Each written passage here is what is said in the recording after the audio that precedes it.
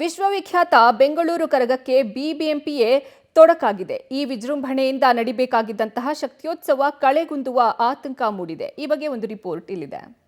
ಬೆಂಗಳೂರು ಕರಗಕ್ಕೆ ಆರಂಭದಲ್ಲೇ ಆತಂಕ. ಕರಗಕ್ಕೆ ಬಿಬಿಎಂಪಿಯೇ ಈಗ ತೊಡಕು. ಬೆಂಗಳೂರು ಕರಗ ನಗರದ ಸಾಂಸ್ಕೃತಿಕ ಐತಿಹಾಸಿಕ ಪರಂಪರೆಯ ಹೆಗ್ಗುರುತು. ಹೂವಿನ ದಂಡನ್ನ ಹೊತ್ತು ಸಾಗುವ ವಿಶ್ವವಿಖ್ಯಾತ ಬೆಂಗಳೂರು ಕರಗ ಮಹೋತ್ಸವಕ್ಕೆ ಡೇಟ್ ಫಿಕ್ಸ್ ಆಗಿದೆ.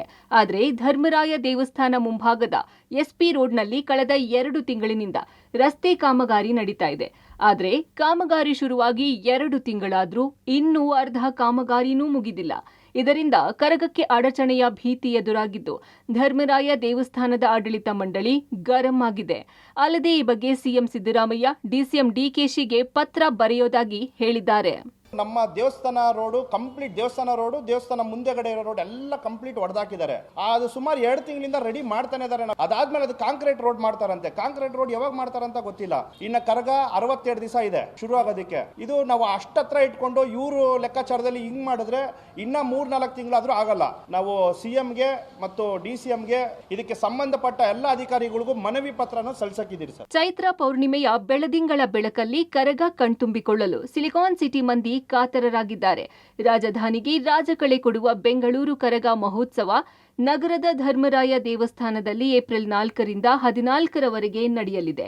ಏಪ್ರಿಲ್ 12ರ ಚೈತ್ರ ಪೌರ್ಣಮಿಯಂದು ಕರಗ ಶಕ್ತಿಯೋತ್ಸವ ನಡೆಯಲಿದೆ.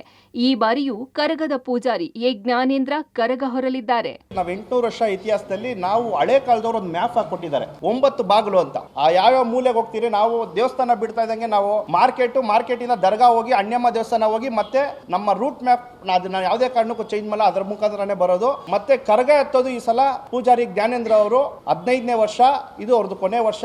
15ನೇ ವರ್ಷ ಕರಗ ಎತ್ತಾ ಇರೋದು ಅವರು. ಕಾಮಗಾರಿ ಸ್ಥಳಕ್ಕೆ ಭೇಟಿ ಕೊಟ್ಟು ಪರಿಶೀಲನೆ ನಡೆಸಿದ ಸ್ಥಳೀಯ ಚಿಕ್ಕಪೇಟೆ ಶಾಸಕ ಉದಯ್ ಗರುಡಾಚಾರ್ ಮಾತ್ರ ಮಾರ್ಚ್ ಒಳಗೆ ಕಾಮಗಾರಿ ಮುಗಿಸುವ ಭರವಸೆ ಕೊಟ್ಟಿದ್ದಾರೆ. ಈಗ ಎಲ್ಲಾ ನಮ್ಮ ಇಂಜಿನಿಯರ್ಸ್ ಮತ್ತು ಎಲ್ಲರೂ ಬಂದು ಇಲ್ಲಿ ಕೆಲಸ ಮಾಡ್ತಾ ಇದ್ದಾರೆ. ಕಾಮಗಾರಿ ಶುರುವಾಗಿದೆ. ಇದನ್ನ ನಾವೇನು ಈ ಕರಗದ ಒಳಗೆ, ಯಾಕಂದ್ರೆ ಕರಗ ಅಂದ್ರೆ ನಮ್ಮ ಪ್ರತಿಷ್ಠಿತವಾದ ಹಬ್ಬ, ಅದು ನಮ್ಮ ಕರ್ನಾಟಕ ರಾಜ್ಯದ.